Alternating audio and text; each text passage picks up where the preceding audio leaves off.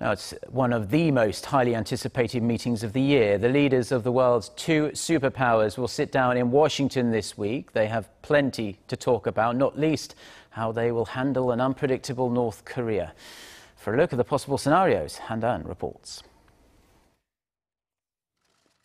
As far as state visits go, it doesn't get any bigger than Chinese President Xi Jinping's first official trip to Washington this week.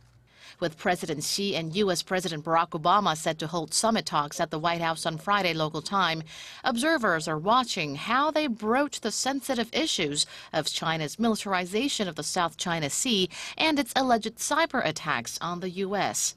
It's this backdrop that led a professor at Princeton University to say that the atmosphere surrounding the summit could be worst since the late 1980s.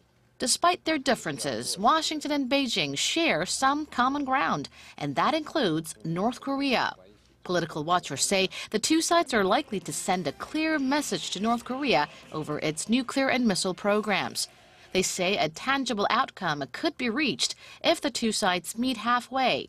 Currently, Washington maintains a hardline policy of deterrence and sanctions towards North Korea, while China plays a kind of big brother role, seeking to persuade the regime to abide by its international obligations. Experts add that a joint statement, expected shortly after the summit, will also give the world a clearer view of China's North Korea policy, which has grown more ambiguous since Kim Jong-un came to power. Watchers say the best outcome as far as North Korea issues are concerned would be that Obama and Xi can coax Pyongyang back to the negotiating table and find a breakthrough in the six-party nuclear talks that have been stalled since 2008. Han-Dan, Arirang News.